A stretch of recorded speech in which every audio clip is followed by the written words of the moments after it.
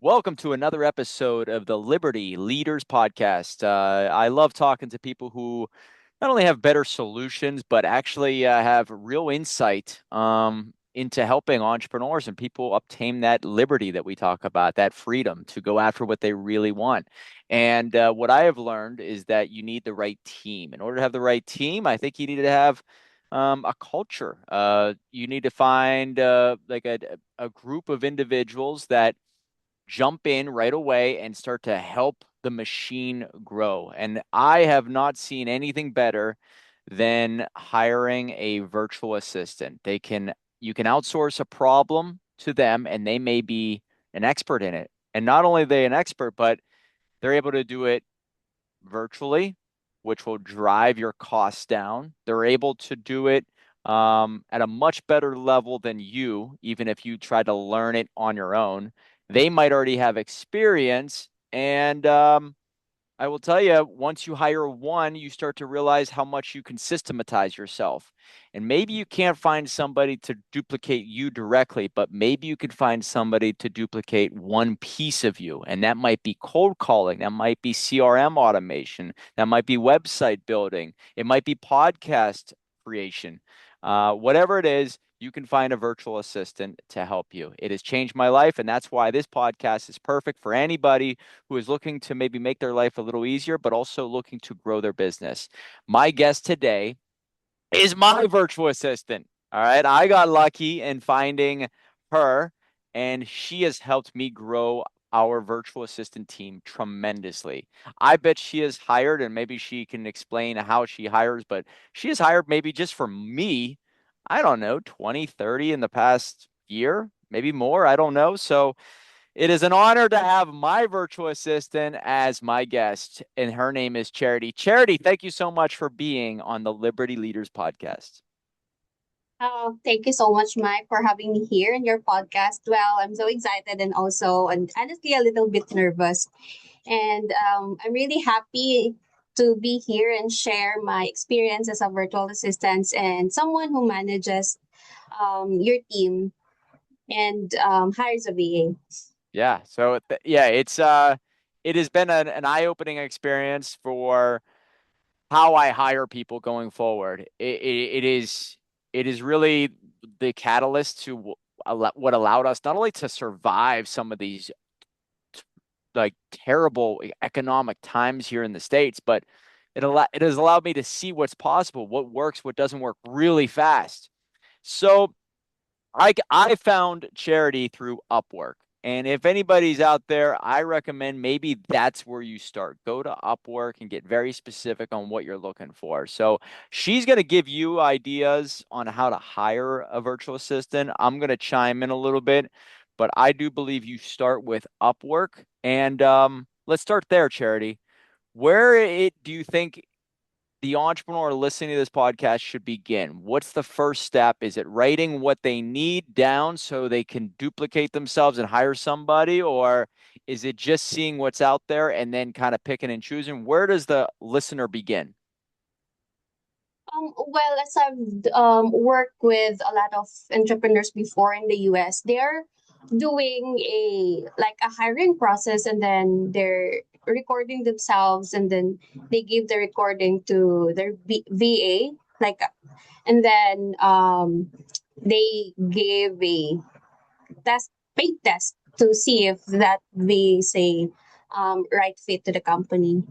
So Got Okay, well, but it kind of made me think of your background, all right? And I know a little bit about where you come from and what you were able to accomplish and what you've seen, but give the listeners your bio. Like, how long have you been a virtual assistant? What got you into it, and what have you learned since you started? Well, I've been into the virtual assistant industry with 3 to 4 years from now, 3 to 4 years. And then before becoming a VA, I work as a sales executive here in the Philippines.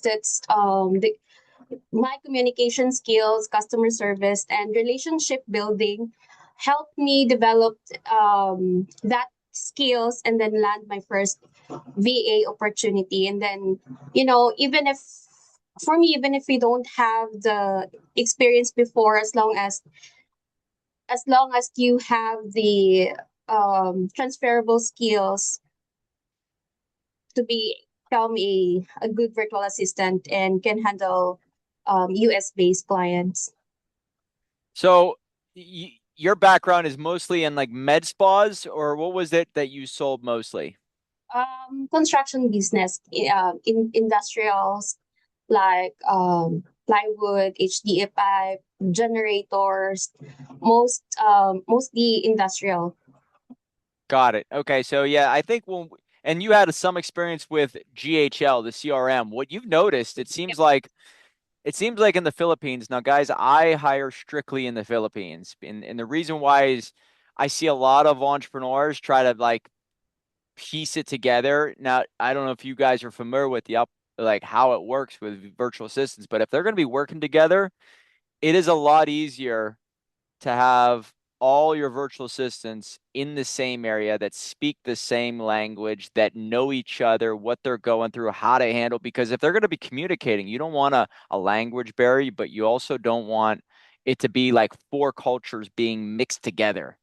I love hiring Filipinos, and it might be because of what I know about them before even hiring them. The work ethic, the resourcefulness, and in the background spiritually, I know that they're God fearing people. So I know that going in, and that's what drew me to them.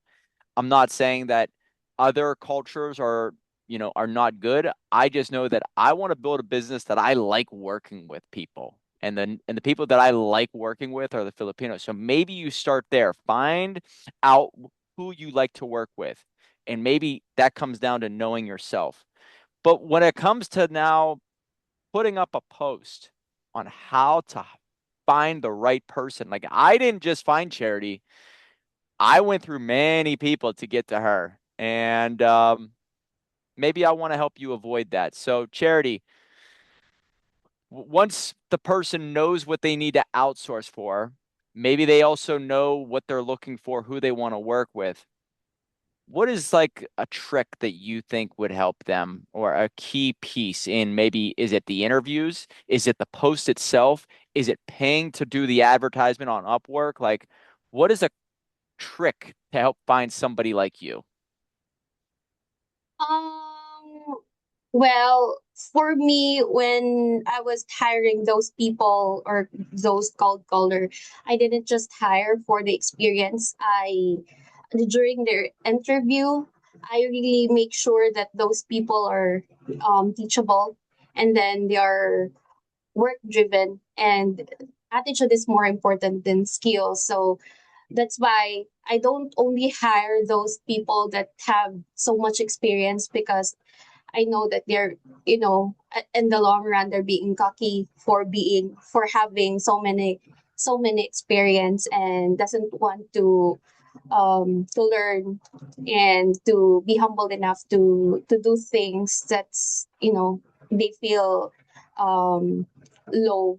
And then, well, when hiring Joyce, for example, Trisha, they don't have the, VA experience before. This is their first time, but they have the transferable skills like communication skills, and they have the call center experience in here in Philippines. So that's the one thing that I've learned, that hire a person who has the attitude, and because skills can be taught.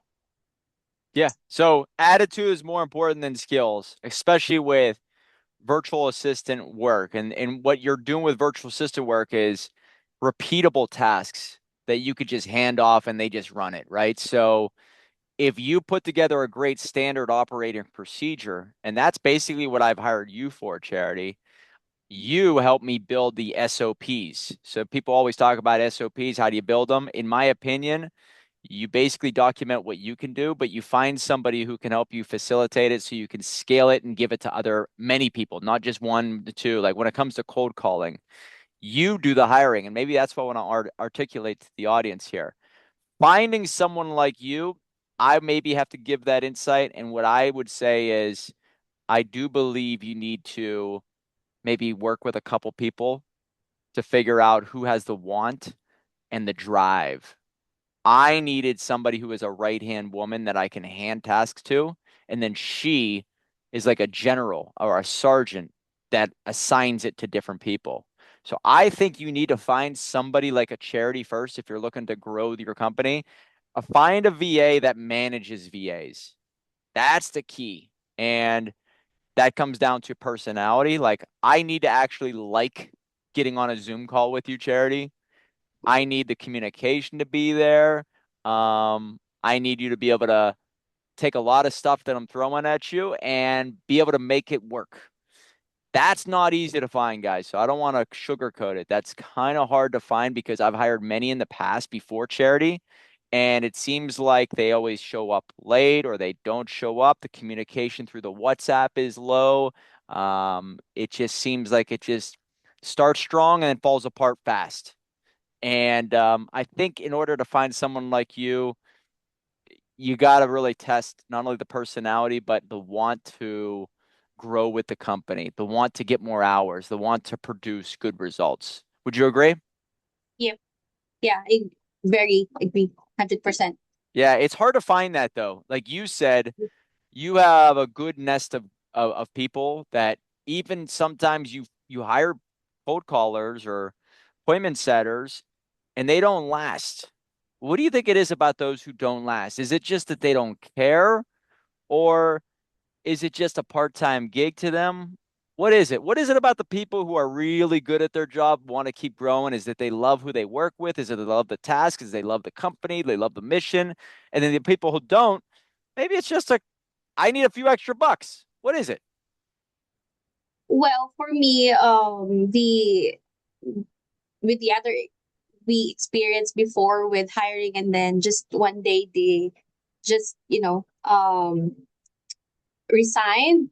Sometimes the cold calling, for example, is very difficult, and you experience rejection every day, and you need to meet the targets, and you have to remain consistent even the results are slow. So some people discover that the role is simply isn't the right fit for them.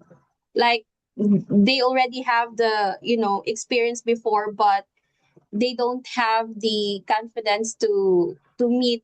They feel that they don't have the confidence to meet the daily quota, and of course they have the attitude of, if they fail, they just fail. They don't want to try again anymore. So that's one thing that I've what do you call this, one thing that I experienced with the other callers that we hire, and then after a day they just resigned.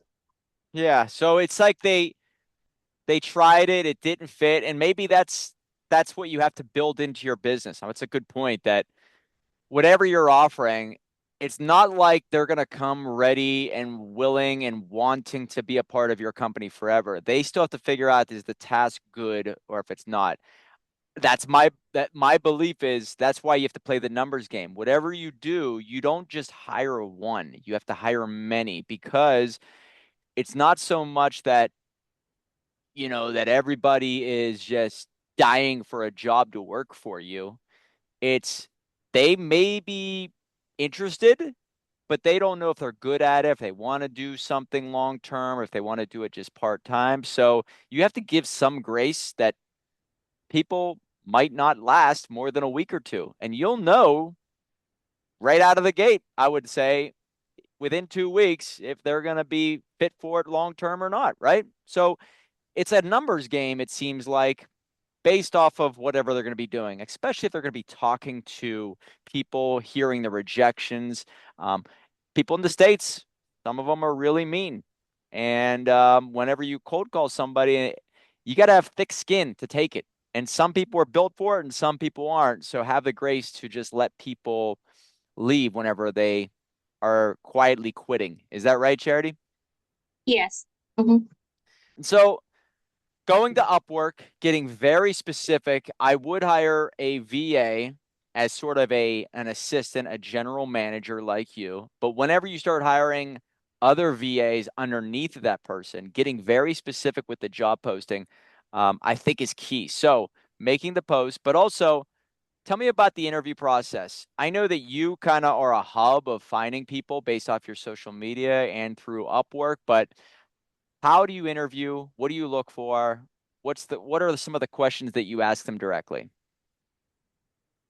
Well, I first is I ask something about themselves, like if and also if they already have the experience, but if they already have the experience of the job posting, and if not, it's okay. They can learn. And I also, like, before the interview, I gave them the materials. Like, for example, since we're hiring a cold caller, I gave them the script to practice. And then I Ooh. gave them the expectation. And then during the interview, we do a mock call. So if they don't pass with the mock call, I gave them the grace to do a second interview or schedule another interview with me. So whenever, if they pass 100%, they have already the basic skills or the basic knowledge about the company itself. So we don't have to train them um, on the onboarding, what to do, the expectation of the company. So during the interview, they already know everything, even the materials. So if they pass, proceed to the certification process that we created. Like, they will answer the app, and then if they passed again, and then another schedule a call for how to navigate the CRM. So that's it. But first they have to pass the mock call. um Yeah, yeah. so what you're saying is that in order, if you're going to be, is it easy to get applications? No, honestly, because a Okay. lot of people are applying with the job, but after, even if you gave them the materials, they read the materials on the day of the interview, and it's, from the start that this is not the right fit, or this people is not the right fit for the company.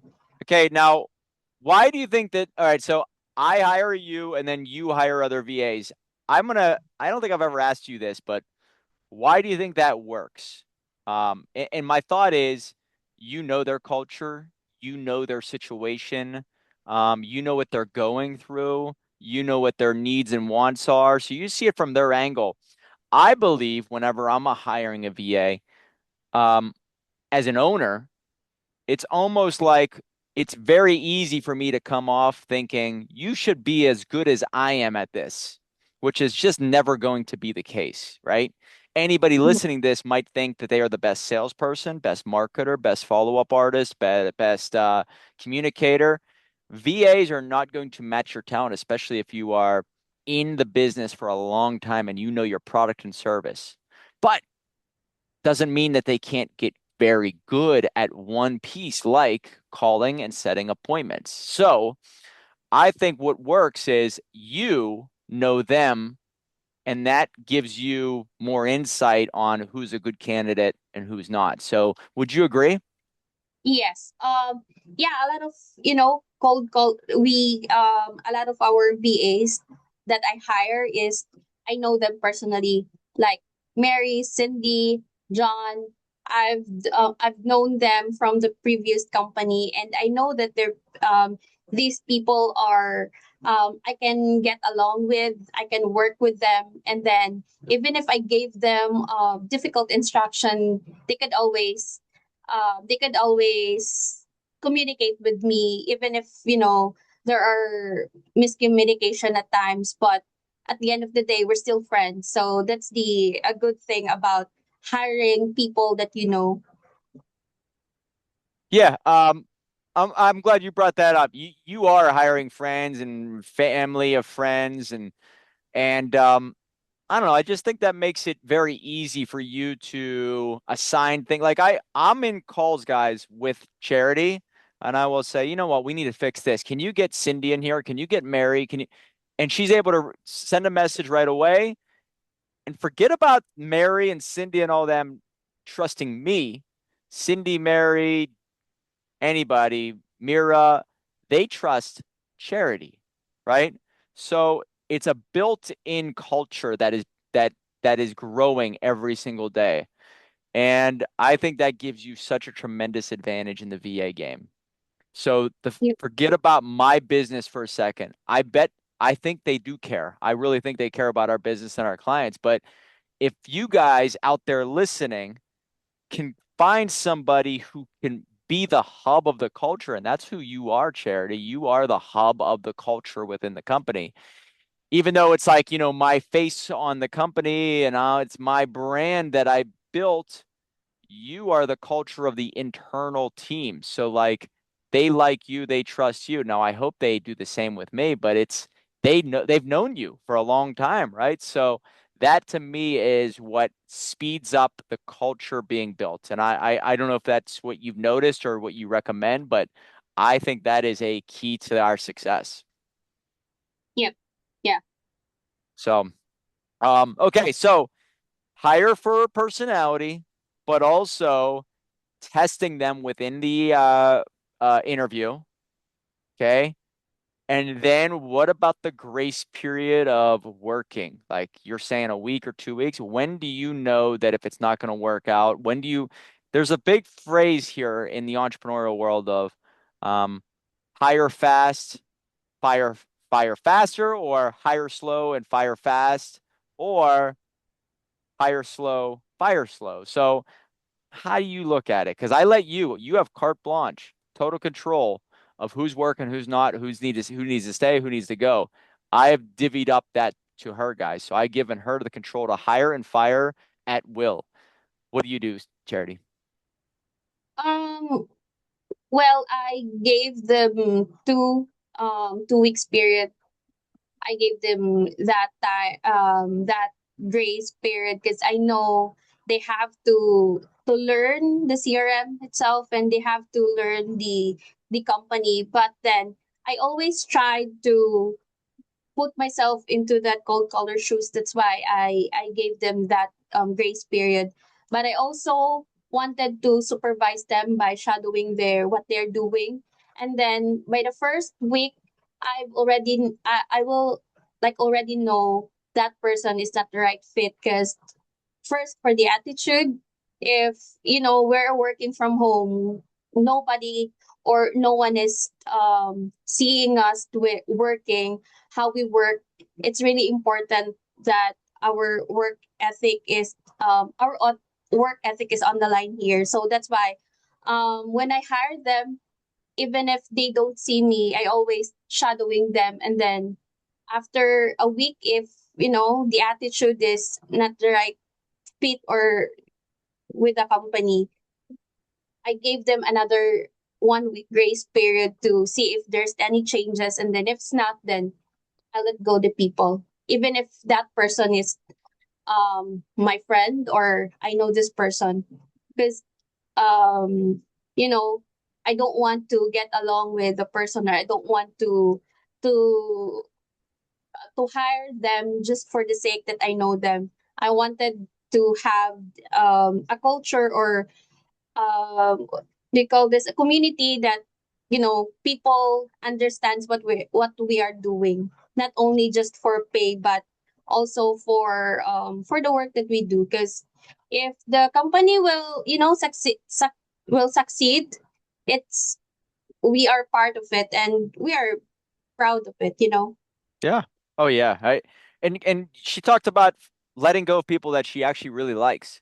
That's a hard thing, guys. I've struggled with that in the past, and it seems like it never gets easier. And there are people that we have really liked as people, but they just weren't able to produce at the standard that Charity and I have set. So letting go of people, but she's able to handle it. So I think you need to find somebody who has that ability to have that switch. Hey, we're friends, we're family, we're close, whatever. But a job is a job. In order for us to really grow and succeed, so everybody has a job this time next year, we need to produce. So no hard feelings. It's not going to work out. We'll find somebody else. Not taking it personally. There's an art to that, and I commend you because you're able to do it so well. It's tough internally. It's always got to be a battle, right? It never gets easier. Yep. Yeah, it's not an easy thing to do, but you know, here in the Philippines, I'm also an entrepreneur, so I know the feeling if the company or the company is those people that you hire is not good. It affects the company's resources, and it's really tough to yeah, it's really tough. Yep. Okay, so um, you do keep an eye on everything with metrics, but you're very good at communication. Can we talk a little bit about how do you communicate with people? Is it daily? Is it weekly? Or is it through WhatsApp only? Do you have the meetings? Like it seems like you're not only monitoring their progress and their growth, but you are keeping an eye on their communication. So, what do you recommend if you were to teach somebody on how to do it, would you say set up some type of daily or weekly check-ins? We do weekly meetings, but on outside of that, don't you meet with them also without those weekly meetings to communicate and you communicate with them daily? How do you do it? Yeah, we communicate. We constantly communicating because these people are my friends. We have um outside of the work, we communicate with so many things. So we brought up like we brought up topic outside of even if we don't work, we what do you call this? We brought up the topic inside the work, and then we constantly, like, for example, I constantly updating them, asking questions how they're doing, and then if I have a like complicated instructions, I meet with them without you. So that's, yeah, communications is very important because it aligns with the group and with the company. Hmm. Yeah, WhatsApp is the uh, communication of choice, right? All the time. Yep. Yep. So WhatsApp. WhatsApp, okay. And I didn't talk about this before, but I use Upwork because it tracks people's hours. Charity, even though that she's in charge of hiring and firing, we're still tracking everything hour wise through Upwork. The reason why is you're able to keep an eye on computer screens, tracks computer screens for work. But when it comes to paying, it's not like they send you an invoice and then you pay. Upwork makes it extremely easy for you to pay weekly for your work. So it makes it easy on them. Obviously, Upwork takes a fee, so it's not the best setup for VAs. But when it comes to VAs getting paid, it is way easier for Upwork to just pay them directly than for them to send an invoice and then wait a week, 2 weeks to get paid. So it does work in favor of both sides, the business owner and for the VAs. So do Upwork, pay through Upwork, and then you also have the communication inside of WhatsApp. Therefore, they everybody has access. It's based off of internet. So there's that.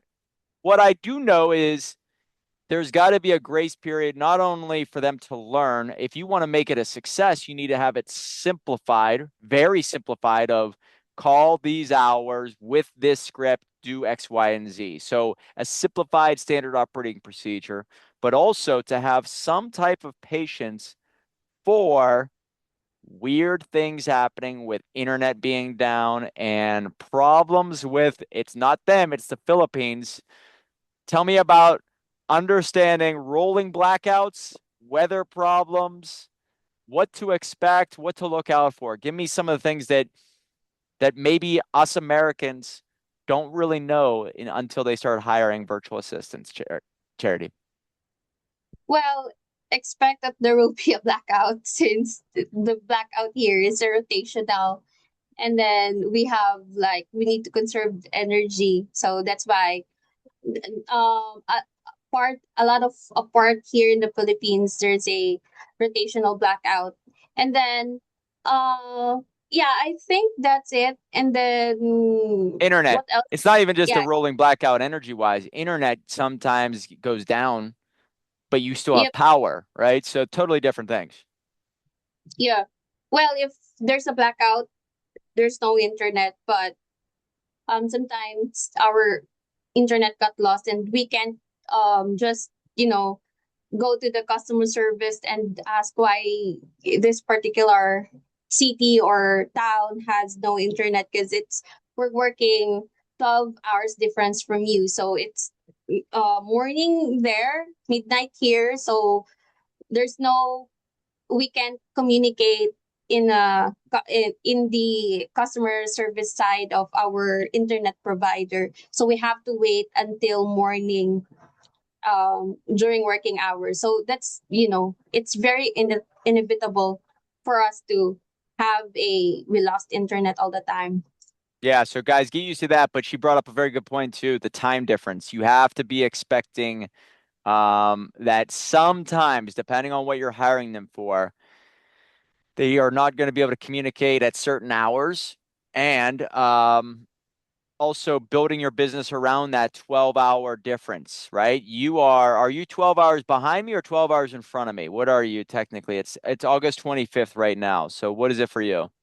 um August 25th here, it's I think we are 12 ahead, 12 hours ahead of you. Got it. Okay. So 12 hours ahead. And that's you and I communicate pretty much throughout the business hours, right? The 9 to 5. So you have already built your life around the American hours, right? Yep. So would you agree that any virtual assistant that gets hired, they just have to be ready for the working on American hours, depending on what the role is? If it's cold calling, obviously 100%. But if it's Yeah. website building, maybe not so much. So how hard is that to find? Somebody who is totally in favor of adopting the American hours.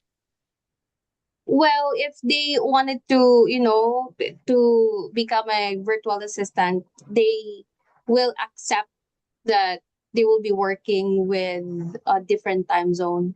So from the start, they already know what they're doing. So expect um they have to accept and expect that the client or the entrepreneurs will reach out to them midnight their time.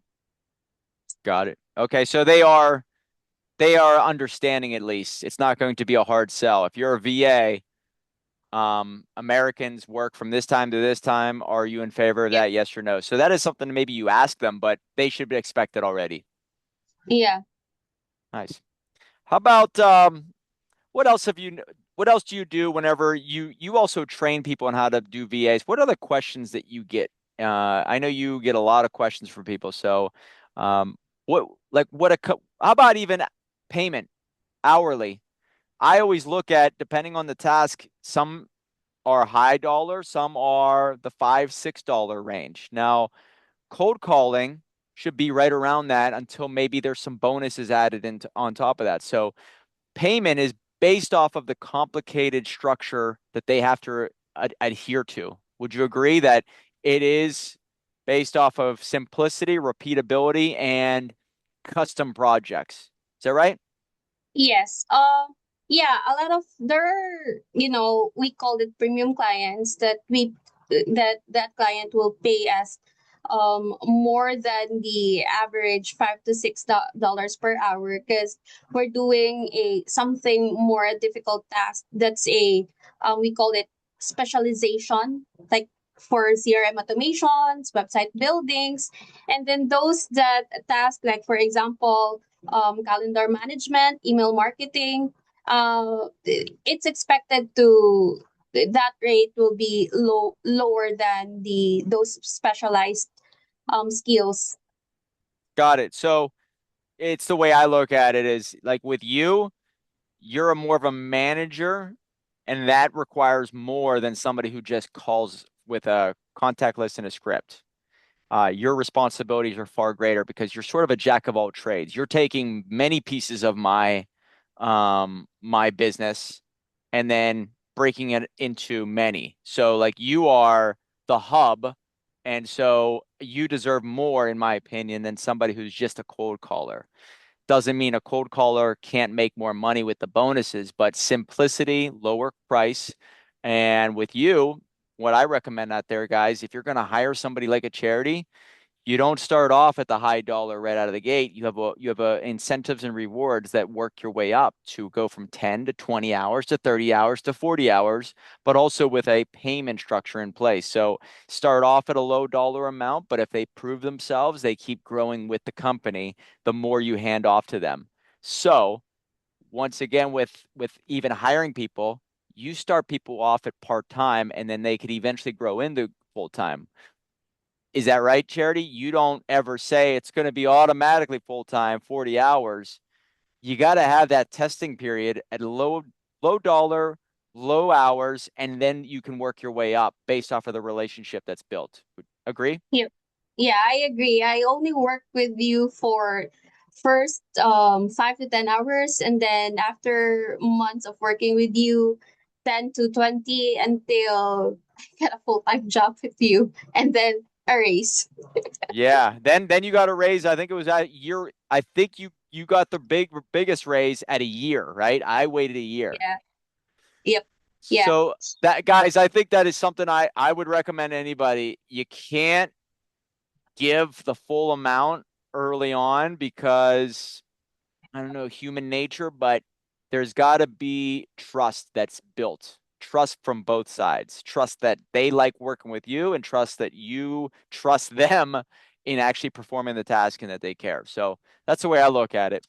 Okay, and then I do like hiring Filipinos and Filipino women. And that's my trick, guys, that I recommend. And the reason why is not only do they have an incredible work ethic, but women working together, it seems like the culture meshes very well. So they get along. It's different than here in the States, it seems like. So any other tricks like that that you've noticed that work really well within our company or even what you've seen in the past that, can serve the listeners very well? Say that again. Sorry. Is there anything like that that you've noticed? Any little tricks, anything like culture building exercises, anything that else you recommend to people like me who are hiring virtual assistants? Um. Well, I can say that hire the best. You feel that that person is the best for you or for the company, and then start off with you know um something that you can risk, money that you feel that you can risk to go because you're testing that VA, and then if they prove themselves to be worth it of your business, and then make them as hand off most of your task to them, so you can just scale on selling the business, and then that person will do the back end operation of your business. I think Eh, that's Well, when it comes to hiring you, like your skill set is more manager than like even though you are a doer, I think your skill set is taking noise and clarifying it for others. Like you're very organized. Would you say that that is your first VA hire needs to be an extremely organized? Like, is that your greatest skill set? Like, what would you say is your greatest attribute? for me, I don't know what's my biggest attribute. I mean, I it really depends on the business. Well, for let's just say, for example, you hire me for being a customer service to your client, so I have to do my role, my do my best in in being a customer service to them, and then it means that I need to being organized with things, and also um, to take care of those accounts that we need to answer questions and do things inside their account. So I think Yeah, maybe that's what you are. You're sort of like a mesh of a people's person, plus you have the entrepreneurial spirit built in.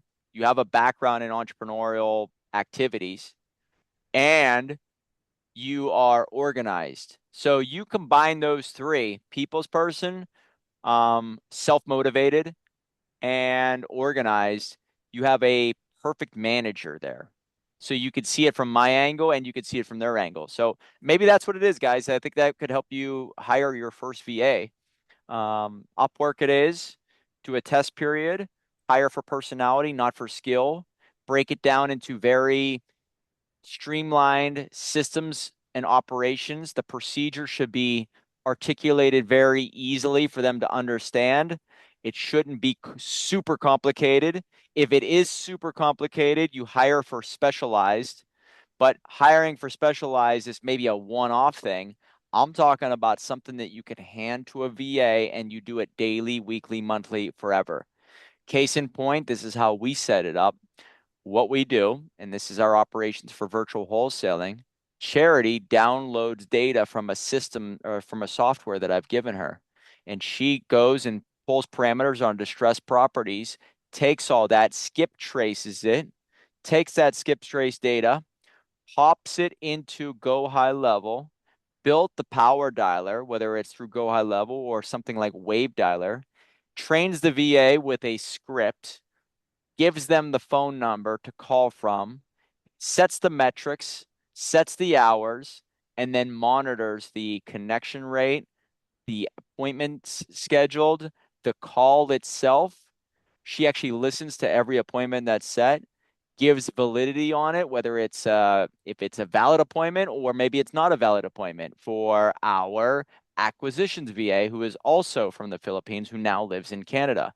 So all of that is done basically through charity. And that system is set up where she not only gets the data, skip traces it, monitors the calls, hires the calls or callers, and then make sure that it's set up for the other virtual assistant that is next in line for that appointment. So that all is done without me being involved one bit, and that is magic. So you do something like that for with your team where you set it and forget it. Starts with the system. You become more of an operator, more of an owner than an operator. You own the business, you set the systems, you give everybody the tools, but they do the work. When you do that, now you have everybody doing a different stage. Caller, data miner, somebody who does the appointments. This system becomes very scalable. You just keep putting more virtual assistants in all the seats that need filled. And that way you have a real business. People who struggle out there who are listening to this podcast maybe are solo entrepreneurs. You're doing everything. That means by the time you hit 40, you're probably going to be burned out. I hit the wall in 2023. I mean, I had a team behind me, but I was doing a lot of the sales and operations. And I realized, man, if I really want to survive the next 20, 30, 40 years, I need to become more of a manager myself. I hand people the tools, the software, the programs, and you need a scalable system. I could only do that with virtual assistants. So that's why people like Charity are so valuable because you're able to help me piece together not only the tools, the systems, the processes, but the people. So that's why I thank you so much, Charity. Anything else that you want to relay to anybody listening to this podcast on hiring a virtual assistant? Um, I I think that's it. Yeah. So, guys, find yourself a charity. You know, it's funny as I say this, I tell this story all the time. I think it was in 2024. I remember sitting down, like, what do I want? No, it was 2023, I think. What do I want to do for the year, for the upcoming year in 2024? And I wrote down five different things, you know, travel to a few places. But one of the bullet list items was give more money to charity. All right. And what's funny is, you know, everybody knows charity is an organization that you give money to do a lot of good. So I just wrote that down. And then a few months later, I found you as a VA. And obviously, I did give a lot more money to charity. So, you know, what you write down comes to life somewhere, somehow. And I would write things down on what you want to do in this life. And maybe it's going to come true much faster than you think. So, Charity, thank you so much for doing this. You are instrumental in hiring the VAs. And guys, if you have any questions for me or for Charity, or if you work with us, you'll get to know her and probably ask her the questions directly. So any questions, comment down below. But hire yourself a VA, go to Upwork, get yourself a Filipino VA.